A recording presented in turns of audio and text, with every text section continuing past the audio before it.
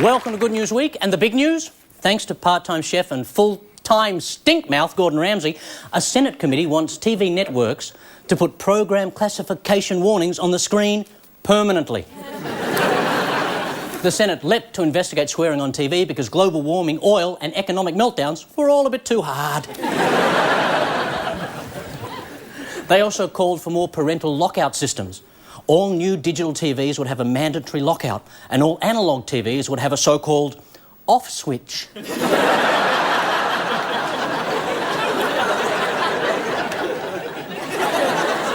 The committee said in one 40-minute episode, Ramsay used the F word 80 times.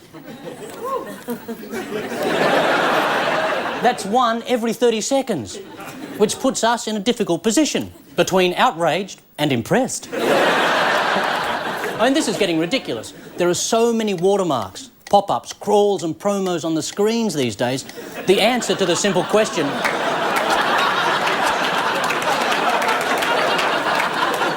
what's on TV, is, I don't know. I can't see. And that's the good news. It's good news week. Someone dropped a bomb somewhere, contaminating atmosphere and blackening the sky. It's good news week. Someone found a way to give the rotting dead a will to live, go on and never die. It's good news week. It's good news week. It's good news. It's like a truck rally. Pretty woman. Yeah. Thank you, good evening. Tonight, because we're proudly annoying and inconvenient, she liked it so much, I'm going to say it again, the Velvet Sledgehammer, Claire Hooper. Touring the country with his hot show, Where You From, the icon, Lenny Henry. Good audience. They're a very, very good audience. I want to lick them all. And she's missing her husband's birthday to be here with us tonight, the loving wife and mother, Fiona O'Loughlin.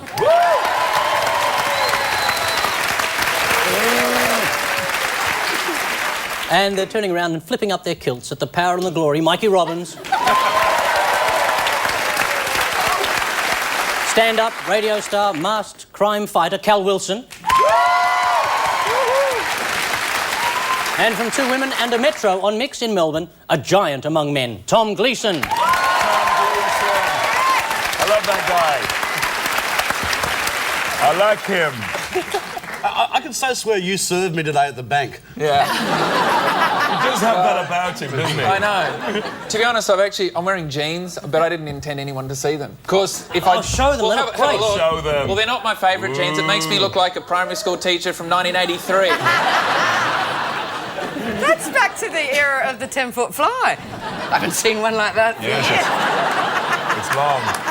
How are you, Lenny? It's lovely to have you. It's really nice to be here. Thank you very much. I don't read the newspapers and I haven't seen the news since I've been here, so I'm really looking forward to how it's going to work out, you know, the show.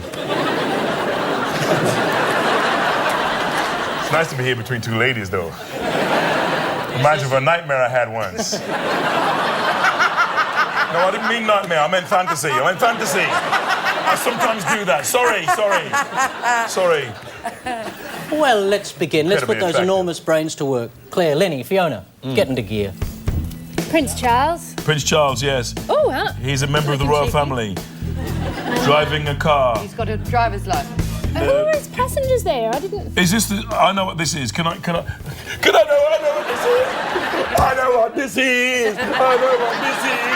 Ooh, ha, this is the ooh, ha, this is the ooh, ha, this is the ooh, ha. This is a question about Prince Charles and a biofuel car. Woo!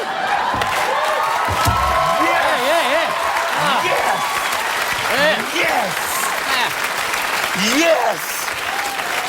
Biofuel for the Aston Martin. I dare you to tell him he's wrong. That'd be funny, wouldn't it? Oh, That'd be hilarious. No, he's just passed his driving test. But apparently he's fueling it with wine. Wine and cheese. Wine and cheese. Leftover wine and cheese. Like they've done a process where you can make fuel from leftover wine and cheese, and Prince Charles is fueling his old Aston Martin DB with it. That's what he's doing. Yeah, I preferred it when you danced, quite frankly. That's the thing, isn't it, though? That's the answer. Yeah. And I think it just proves the calibre of Prince Charles's parties, that he fuels his car on wine and cheese, because you'd have to biofuel in Australia after beer soaked Doritos or something. Yeah, that's right, shardy. Wine and cheese in your car, though. Jesus Christ, Is why? it really cheese? I only heard the I wine. think it is. You don't call the AA, you call Gordon Ramsay, you know. Sort of car. Yeah, and the police pull you over because your car's had a bit too much. Yeah. The car was driving erratically. We had a fundraiser at our school the other day. Like, they had this fundraiser, it was a wine and cheese tasting. Yes. And I'm like, are you going? I'm like, no. Like, if you can't taste the difference between wine and cheese, you're an idiot. They do have it, ladies and gentlemen. 10 points.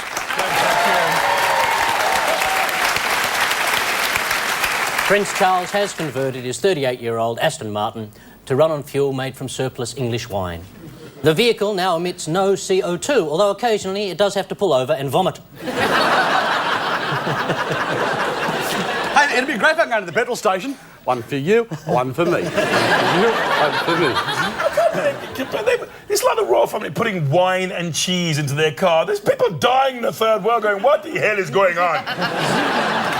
You know, send the wine and cheese to the third world and get on your bike, you big-eared bastard. A little bit of politics there. My name is Ben Elton. Good night. Charlie finds the car generally runs better on red wine, although he prefers to use white if he's going for a drive with a chicken. Which happens. What happens? Yeah. Have you seen that woman? Thank you. Thank you. Okay. First Camilla job. Thank you very much. Appreciate that. The bad news is there are rumours the Aston Martin doesn't run on wine at all. Prince Charles was just looking for a way to explain all the empty bottles, and the car drank them. Seemed like a good idea at the time. Mikey, Cal, Tom. Yes. To the barricade. Right, T-shirt shop. Young person's shop. Yes. Buzz. A maxi taxi. Well, that's the Pope-mobile, which arrived in Australia. It always gets there before the Pope just to check things out, see if they're good.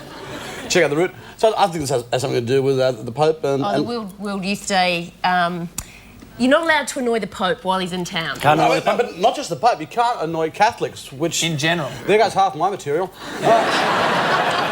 And they're also invoking the power for people to make citizens' arrests. And I wouldn't want to be arrested by a Catholic because you wouldn't know what you'd done wrong, but you'd feel guilty anyway.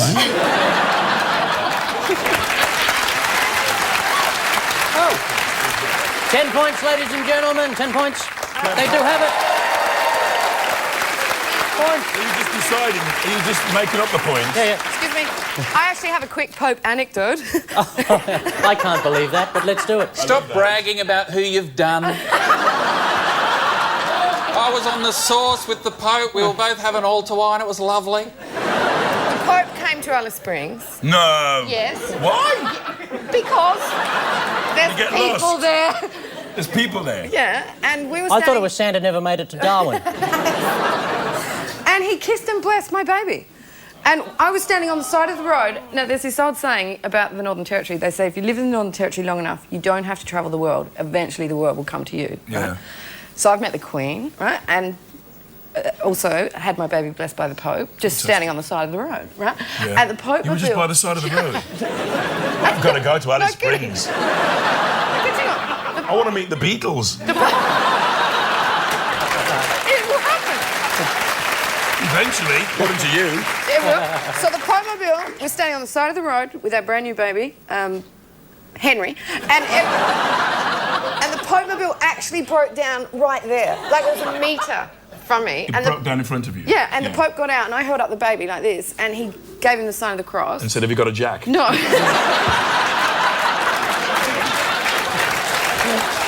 Sorry. And she said, no, it's a Henry. He blessed him. Yeah. But then my husband grabbed the baby and thought, no, I think we can do a bit better than that. And he held him out even further. And I'm like, what, are you going to handball the baby to the Pope, right? But then the Pope came over and we've only got 450 copies of this photo left, right? He actually held him by the back of the head and kissed him on the forehead and made the sign of the cross. Oh. And then what happened after that was a miracle. What happened? I started crying and speaking in an Italian accent. Fantastic. He kissed my baby! He kissed my baby! Well, I had a very similar experience where my brother got touched by a priest.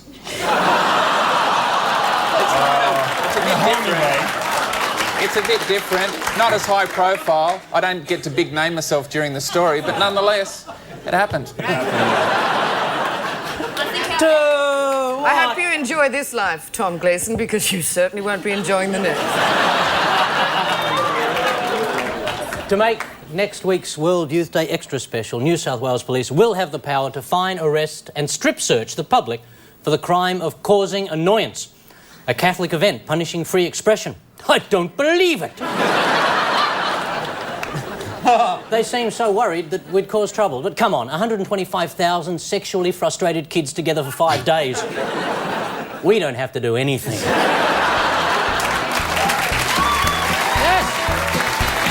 So after one wait-for-them round of Good News Week, the Hooper team are on 10 points, Robin's team are on 10 points. Up next, the Big Brother house enters Pamela Anderson. It's Good News Week. It's Good News Week.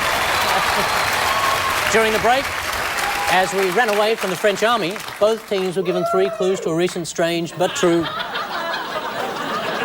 Someone from Queensland in. Both teams were given 3 clues to a recent strange but true story. Hooper, Henry and O'Loughlin have a candle, a school bell, That's a rather long handle. That's horrifying. Good, isn't it? No, I've just had a flashback to nuns.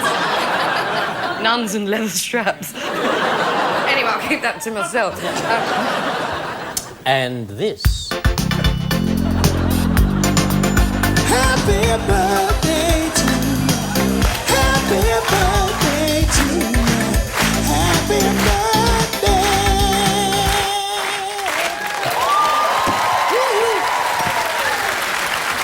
Right on with it, right on. And Robbins, Wilson and Gleeson got a cute hat. Shalom. You look like you're going to be fired out of a cannon. Furry ears. Oh, too cute!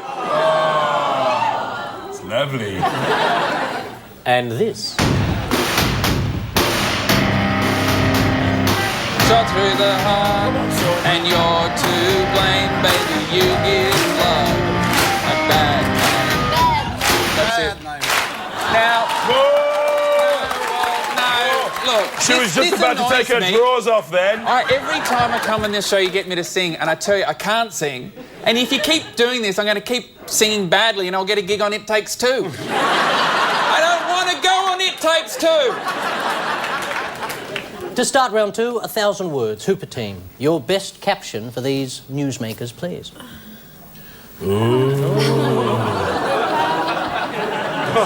That's the great white shark, isn't it? It's Greg Norman.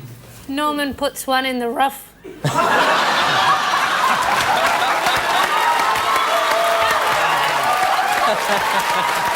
a good one. Could even be a growth of some kind. It's a bit like Carrie Ann on the dolphin, isn't it? It's like Is that some kind of meal? yeah, a very common meal in Alice Springs. Hair of the dog at the 19th hole. Brings a whole new meaning to that. Can I do one? Yeah, no, go. Because it can.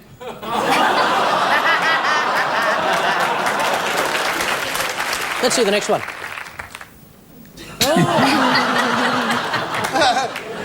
I like this. This is like George Bush and this guy. You can't hear the sound, but what they're doing is going like this. Feeling hot, hot, hot. How low can you go? How low can you go?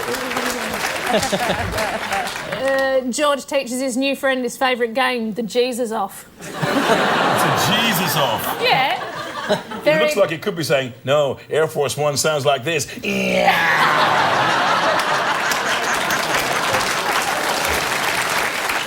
And shall we try the last one?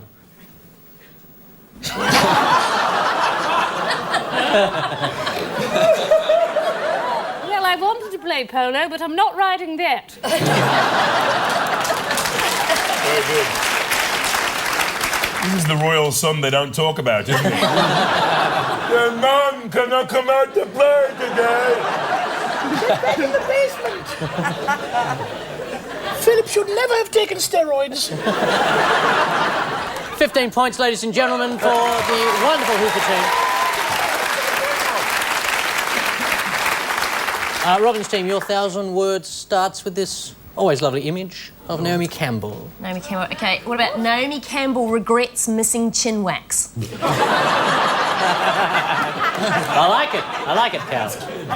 What about backwards ponytail takes off in Milan? MGM announced new cousin It. Yeah, we could help, but... Do you want to save them? Yeah. Fiona, come on. thank You'd have you. something. Yeah. Do you have an anecdote relating to hair? Did you meet Naomi Campbell Yeah, she on would the come spring right with the down the hair spring. forward once? Vogue magazine find new way to obscure black models on their front covers. Oh, come on. If you see a black person in Vogue magazine, it's probably me in the mirror like this. Shall we move on to the next one? Yeah, go on. Targeting hoons in Zimbabwe. Robert Mugabe does ad for Hungry Jacks.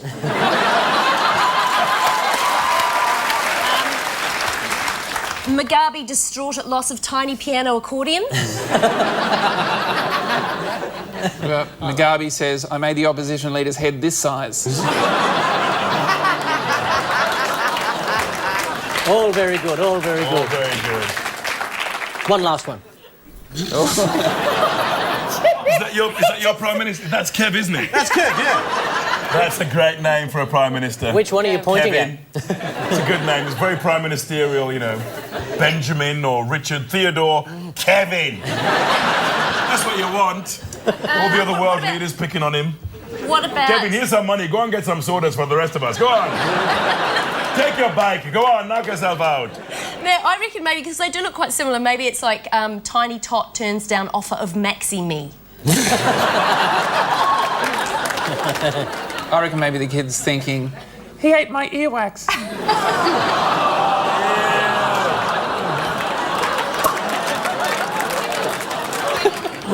Kevin Rudd announces our next school teacher to be Belinda Neal.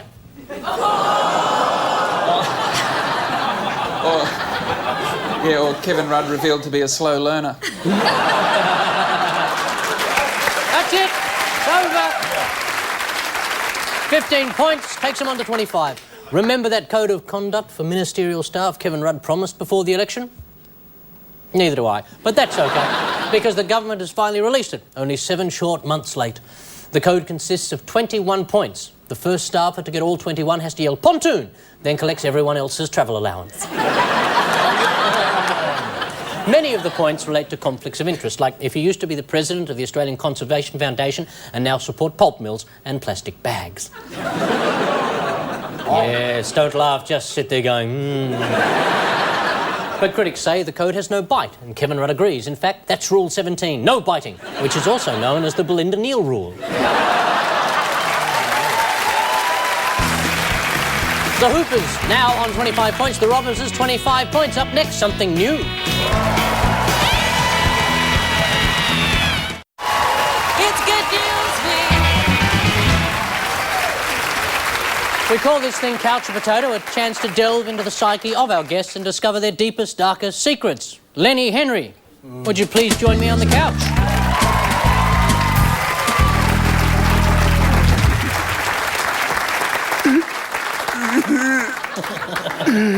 I don't want to go on the...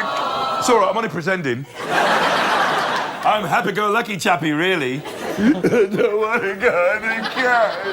Now, Lenny, can you show us on the doll where Paul touched you? It was in my naughty hair place.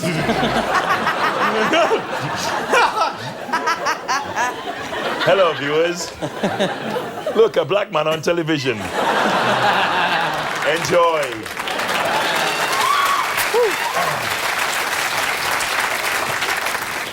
Are you comfortable?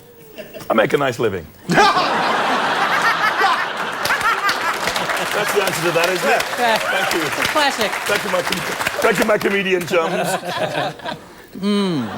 I'm liking this couch. Yeah. It's bouncy. I think you have to be here too.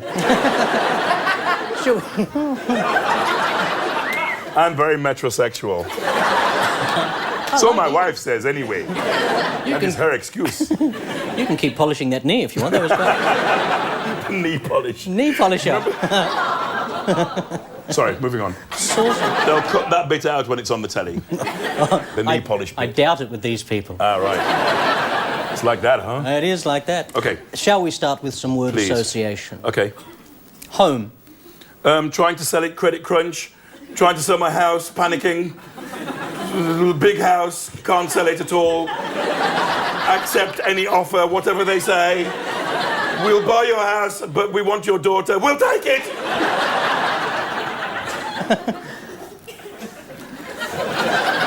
I'm quite worried to ask the second word association. Second one, go on. If it's plagued with the same problems as the first, which I pray it's not. Sex. Sex. Sex, very difficult because I'm married to a chocoholic. Dawn French is a renowned chocoholic. Dawn French, my wife. What does that mean? Off the television. She likes chocolate a lot. She eats a lot of chocolate. And when you're in bed with your woman and you say, "How was it, baby?" and she says, "Not as good as the curly whirly," you've got a problem. It's difficult.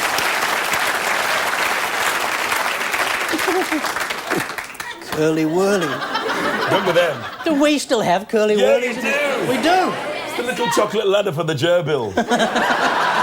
Have you never done that? Just put the gerbil on the curly whirly and keep moving it. They love that. Gerbil on the curly whirly. Yeah, yeah. Wow, it's opening my mind here, Lenny. Clowns. Scooby-Doo. Raggy. Raggy. Ruby snaps. Dawn. Dawn, the wife, lovely, fantastic, great. Dawn French, Vicar of Dimbleby. For quite a long time, my daughter thought her mum was a vicar and her dad was a chef. We didn't disabuse her of that. That went so well, I think we might try some ink blots. Ink blots, good. I love this bit. Okay. Have you got some? I have got some. Okay.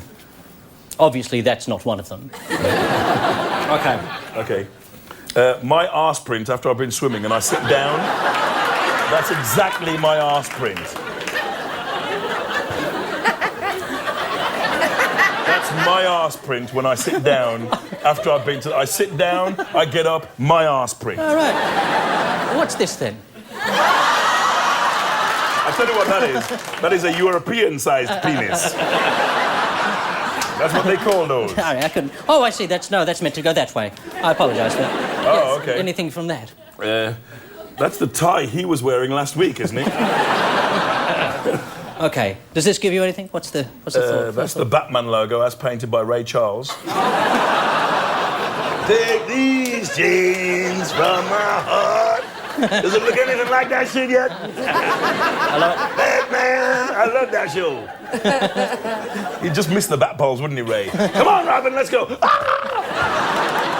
And finally, what does this remind you of? That looks like the cast of Mary Poppins sneaking into a gay club.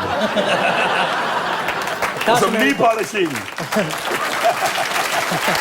Shall we see? Let's have a look. You're very close. Is it? Yeah. Throw it up. The cast of Mary Poppins sneaking into a gay club. I don't think you could be more right. It's like a new boy band, isn't it? Makes you feel proud. Yeah, it does, yeah. Should we go a bit deeper? Pardon? That's back to the pre-story again. Your earliest memory? Church.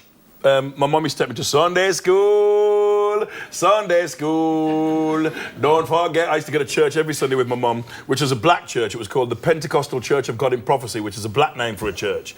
You know, because white churches would call things like St. Thomas's. Black people would all be outside going, St. Thomas is what? St. Thomas's Epiphany of the Shining Light in Christ and God in West Bromwich? No, that's a name. So church. Church. Your wildest desire? I think there's something about Beyonce and some yogurt and a sheep, but I'm gonna... No, my real... It was to go down a coal mine. I always wanted, when I was a kid, I always liked those mining films, you know, with I know. Ha, Lenny, where are you? Ha. But I did a documentary last year where we went down the last surviving mine in Britain, the one that Thatcher didn't close down. And they took it on themselves to run it as a business. And this guy called Billy took me down the mine, so he was in Wales. And we went in the shaft, you know, and 15... Was his last name Elliot? But no, it wasn't no. Jones the Main, I think it was. And he took me down, and he said, it's very erotic, sensual going down a mine. Took my wife down a couple of months ago. Afterwards, we had the best sex we've ever had. Not with each other, mind. Which is good. Your greatest fear? Greatest fear? Well, performers, I don't know about you. You probably got a story about this, Alice Springs woman. Being caught in a public place naked. Well, yes, I heard a gulp there. Do you know what I mean? Performers have this fear and nightmare of being caught naked in a public place. It actually happened to me. I was in a hotel called the Bellage in Los Angeles, and I was jet-lagged and very disoriented. I'm bursting for a wee, you know that thing? And went to the bathroom, and then the door shut behind me, and I realised I was in a very long, very thin bathroom with an elevator at the far end. And I don't wear pyjamas. I don't know very many black men who do. Not unless they're black silk ones with the hoodie, you know, and the trainers. And I had to walk down the corridor like this and go in the lift, which is the longest lift ride in my life, you know. And then walk to reception and stand behind the smallest pot plant. Why weren't there any? No big pot plants in this reception at all. And stand there like this. And I did the only thing I could think of, which was to be very, very British. Young man, you have lost my key and locked me out of my room. I demand another key. And tell me the cricket scores while you're about it. And stop looking at my knob. It's horrible. It actually happened. Ladies and gentlemen, Lenny Henry.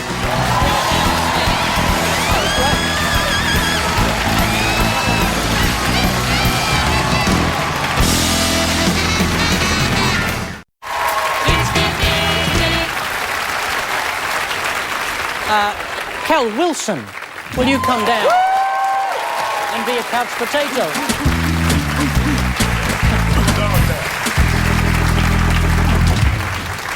I'm not actually very sure how to get onto this couch in a ladylike fashion.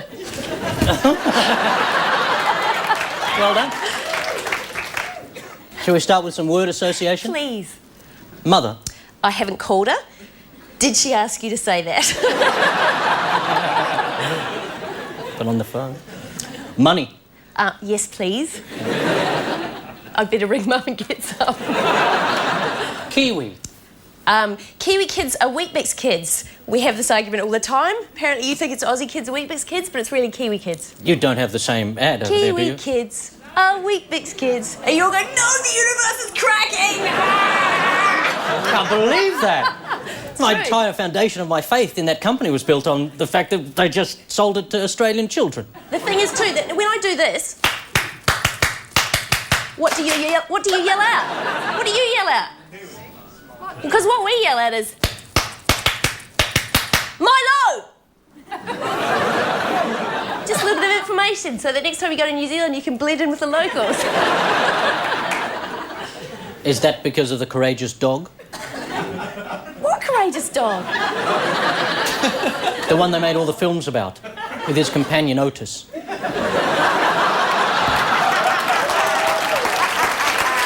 a while, didn't it? Took a while. Oh, yes, OK. Rugby. I'm not a big rugby fan. I like AFL. Rugby to me is like watching farm machinery fight.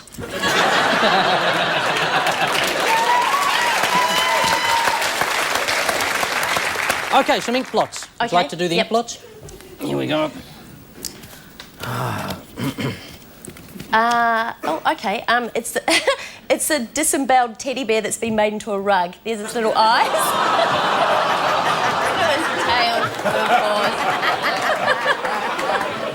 A disemboweled teddy bear that's been made into a rug. I didn't do it. I'm just saying that's what it is.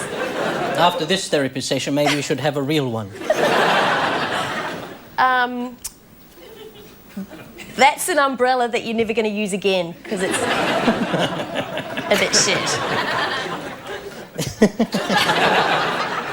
Oh, yes!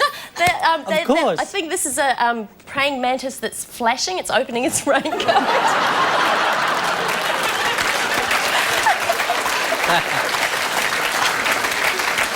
I'm loving your answers so much, I'm not going to stop. And finally... That's a woman in the before pants of the after shot.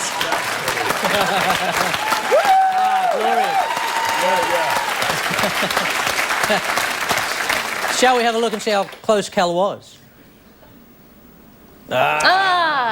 Yes. I like mine better. Yeah, I like it. I think that was Paris Hilton in a champagne glass. Shrunken to a tiny size. Yeah. I've only ever found hairs or toothpicks, but never. But still equally as dull. Shall we go deeper? Sure. Your first love. This is really sad and true. It was a tie between Basil Brush and Mr. Spock. I think it's something about the pointy ears, obviously. Hello, baby.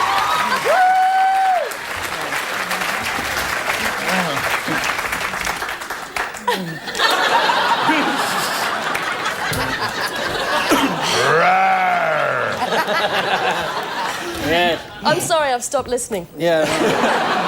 And I'm at a dance party in Thailand in about 1992. Anyway, thank you so much for that. I'll just put those down there. But we can try that later if you'd like. Your favourite fantasy? Have we just enacted it, do you think? I think we may just have. Your arch nemesis? Mrs. Brush. No, I think my arch nemesis is actually me, because this has happened to me a couple of times now, where a friend of mine wrote a movie in New Zealand, and he told me as I was auditioning for the part that he'd written the part based on me, and I didn't get it because I wasn't good enough at being me to get the movie. So you're your own worst enemy? Mrs. Brush was a better answer, wasn't it? No, That's a better answer. If you had to get a tattoo to save your life, what would you get? I would get a tattoo.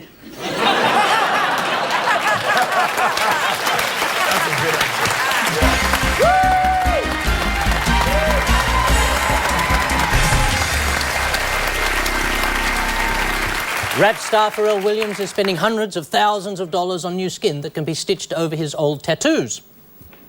Yeah, it was either that or buy Michael Jackson's old skin. Williams says he's bored with his tats and wants to get some new ones. He said, I got fire on my arms. I don't need fire on my arms. I'm a grown man. So he's going to get a tattoo of a constipated bowel and a mortgage repayment. A medical institute is going to clone a piece of his old skin and replicate it in a test tube. Pharrell said it's basically like getting a skin graft, but in a lab they grow it for you. They're not taking skin from your ass. The rapper insists a simple misunderstanding over growing ass skin was why he was seen in a crack lab. Those people now on an awesome 45 points. Those people, 45 points! Strange but True is next.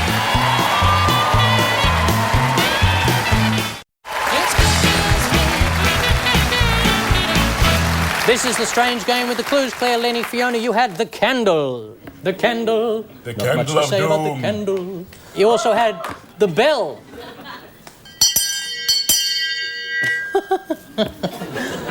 And finally this. Happy birthday ya. Happy birthday to ya. Happy birthday to ya. Happy birthday to ya. Happy birthday.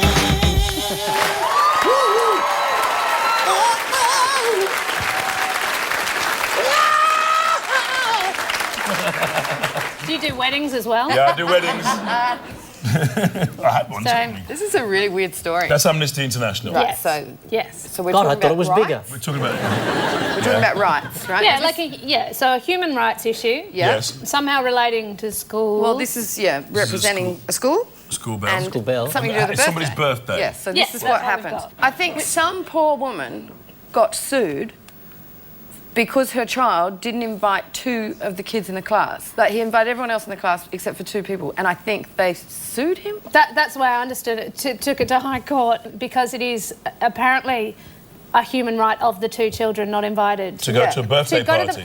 which is, I know, it's an amazing precedent that it sets. But, you know, like when all grade 5 is invited, then next year all grade 4 go, well, actually, it's our human right. And then it's like, you know, the neighbouring school, well, actually, it's our human right. And next thing you know, you're mixing cordial in the bathtub and musical chairs takes 5 hours. It's a terrible thought. So I hate kids' birthday parties, you know? It's just hard work and it's a pain in the ass and it's over in 2 hours. And now we have to invite the nerds, you know? Like,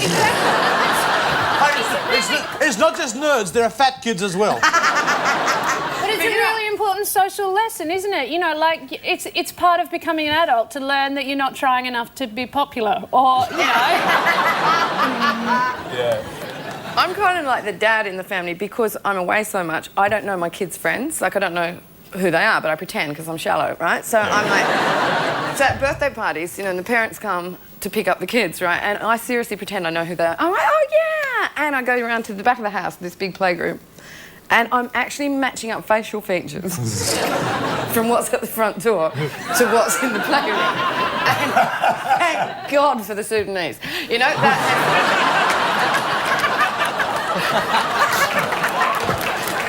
seriously, one of my kids' friends, Sudanese, the parents came to the door, I'm like, I've got this one. I know. Another family that came to the door, they were born-again Christians, and she had a cross around her neck, the mother. It was like, seriously, her neck had to be hurting. She had a cardigan and a cross, and this huge cross. And I remember saying, I wished I'd said it, I was too shy, but I would have said it. I wanted to say, you know, Christ found if you whack that thing over your shoulder.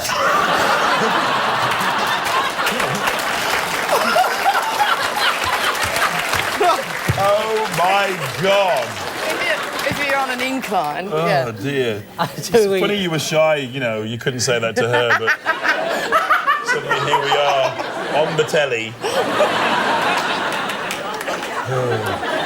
Ladies and gentlemen, have the story. That's it. Does that mean we get a point? Too much fun. In Sweden, an 8-year-old boy has been accused of violating the human rights of 2 of his classmates because he didn't invite them to his birthday party. But to be fair, if you hadn't been to the first 8 birthday parties, the 9th wasn't going to make any sense. When he handed out the invitations, the teacher realised 2 kids didn't receive one. And with only 3 children in the class, you could cut the tension with a safety scissor. The teacher then confiscated all the invitations. As a result, the boy had the loneliest birthday party ever.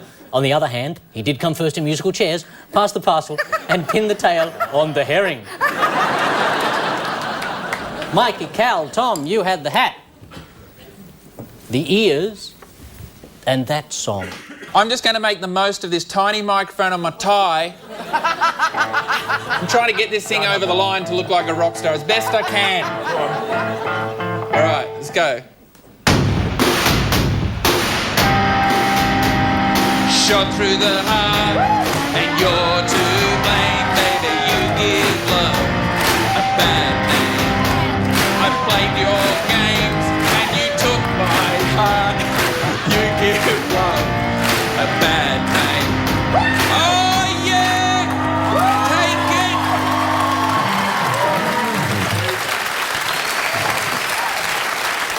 Yeah, I don't know. Oh, if I had some panties now, I wouldn't throw them. I'd keep them for myself. And I've had 5 cesareans, so I don't technically wear panties anymore. It's more surgical tape.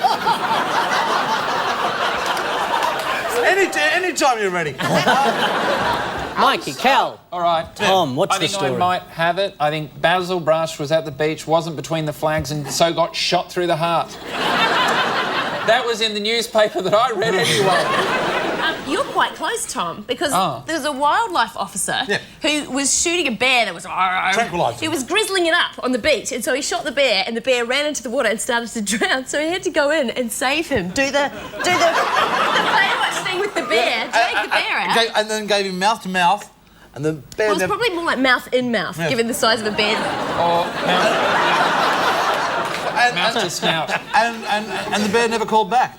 So he shot the bear with a tranquilizer and then had to Had to drag it out. run in slow motion into the water and drag it out. Out of the surf, save it. yeah. Can you imagine giving mouth to mouth to a bear? It'd be like, oh, man, that's the breath that John West rejects.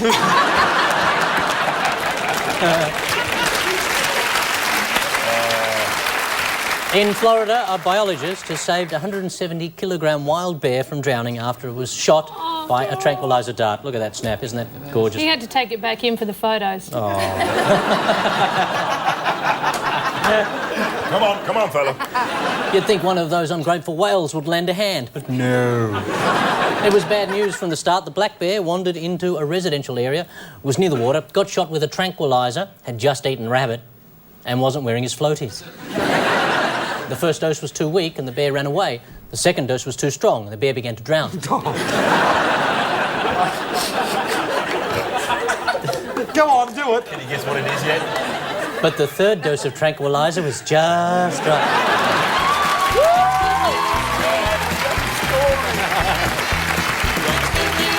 Oh, we're not done yet. Dirty, Sexy, Fast Money is next. It's Good News Week. It's Good News Week. And now the game that makes $1 million Wheel of Fortune look pretty good. Dirty, Sexy, Fast Money. If you don't want to take Viagra, you can get similar effects from eating which fruit? Oh, sorry. Dirty, Sexy, Fast Money. Bananas. No, it's yes, all right. Cal's got it. Cal. Watermelon. Thank you very much. 2 points. In Maryland, police are looking for a man who attacked a shop assistant with what? A snake? Great vigour. Ice cream? Give me your first answer. Banana. Thank you.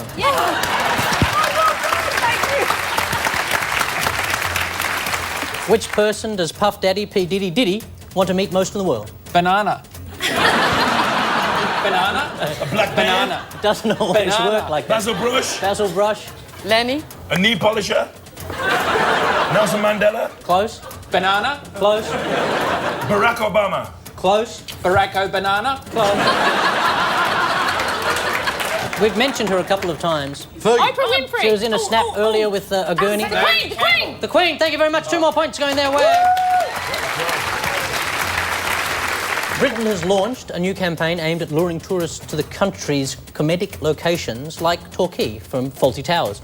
Name one of the stars of this campaign. John Cleese. John Cleese, certainly. John Cleese. The Little Britain Michael guys? Palin, Little Didn't Britain. you say one? Yeah. Name one of these stars. Well, you've named too many. Okay. That's just... I'd say points off for And that. yourself, I believe. Really? Yeah. Oh, me. There we go. Lenny Henry. Lenny Henry, ladies and gentlemen. A bear. Okay, the final one. This is open to anybody. In India, a passenger plane overshot its destination by thousands of kilometres and only turned around when air traffic controllers did what? They woke them up. Thank you very much.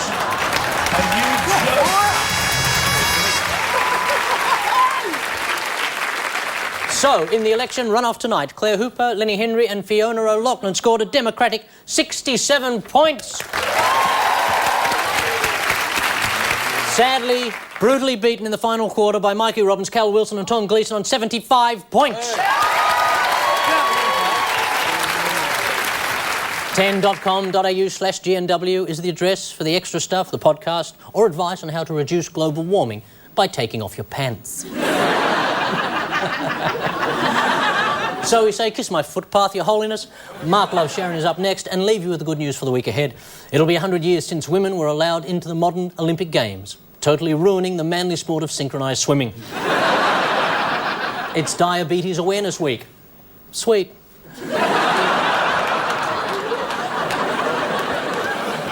Kevin Bacon will turn 50 and have a magnificent party surrounded by his old friends, Kevin Eggs and Kevin Fried Tomatoes on Toast. You're happy with yourself now, aren't you? I like that one. That makes me... That was written with a crayon. And at World Youth Day, the crucifixion reenactment will go horribly wrong when a French soldier accidentally replaces the fake nails with real ones. Good night.